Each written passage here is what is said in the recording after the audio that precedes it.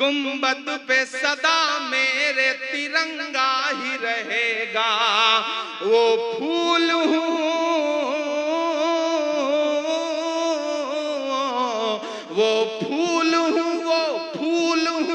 جو خار کی چھاتی پہ کھلا ہوں. میں لال قلعہ لال قلعہ.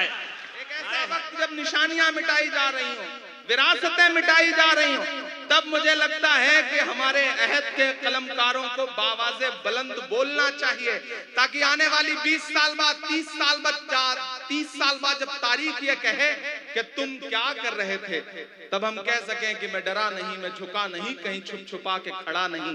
جو ڈٹے ہوئے ہیں محاذ پر, مجھے ان صفوں میں تلاش کر.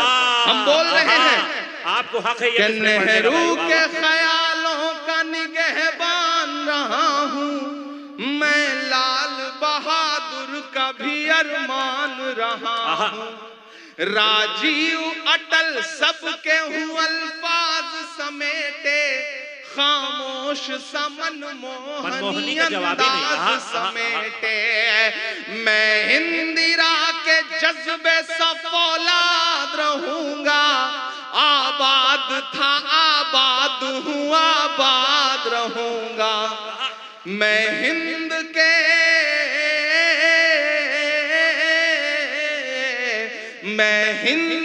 ہر شخص کی چاہت کا صلہ ہوں. میں لال قلعہ لال قلعہ لال قلعہ ہوں, میں لال قلعہ ہوں. آخری بند پڑھتا ہوں اس نظم کا ساتھ. جی عطا کہ بے شرم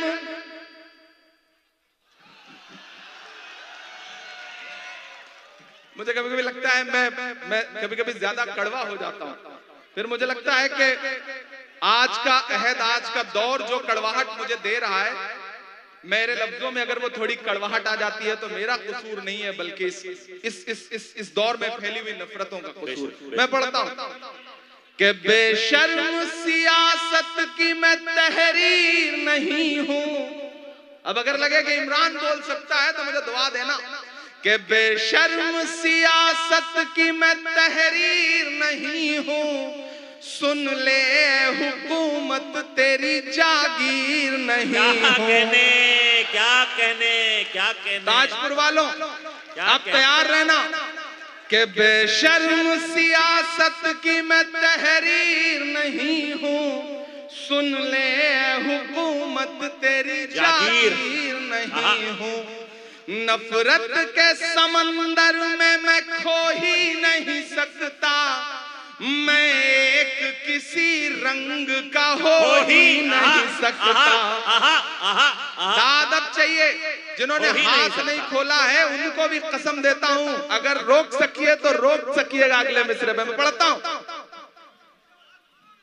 یہ تمام ڈائس کی طرف سے یہ شال پوشی ہو رہی ہے, آپ سب کی طرف سے شال پوشی ہو رہی ہے, لیکن ایک گزارش ہے کہ اس کو فیضی بھائی بے شرم نہیں دیجئے. اب تو جب بھی کوئی شال ملتی ہے, کوئی کپڑا ملتا ہے, تو ہم تو یہ سوچ کے رکھتے ہیں پاس, نہ جانے کب کفن کی ضرورت پڑے تو ساتھ لے کے کہ بے شرم سیاست کی میں تحریر نہیں ہوں, سن لے حکومت تیری جاگیر نہیں ہوں. نفرت کے سمندر میں کھو ہی نہیں سکتا, میں ایک کسی رنگ کا ہو ہی نہیں سکتا. انداز میرا مست ملنگا ہی رہے گا. اب تیار رہنا اگلے مصرے پہ. کہ انداز میرا مست ملنگا ہی رہے گا, گنبد پہ صدا میرے ترنگا ہی رہے گا. بھائی عمران بھائی زندہ باد زندہ باد زندہ باد زندہ باد. ایک بار پرزور تالیاں بجا دیں اپنے محبوب شاعر کے لیے. بھائی کیا کہنے ہیں, اور زندہ باد تاج پور, کیا اچھا سن رہے ہیں آپ. زندہ باد. شکریہ تاج پور.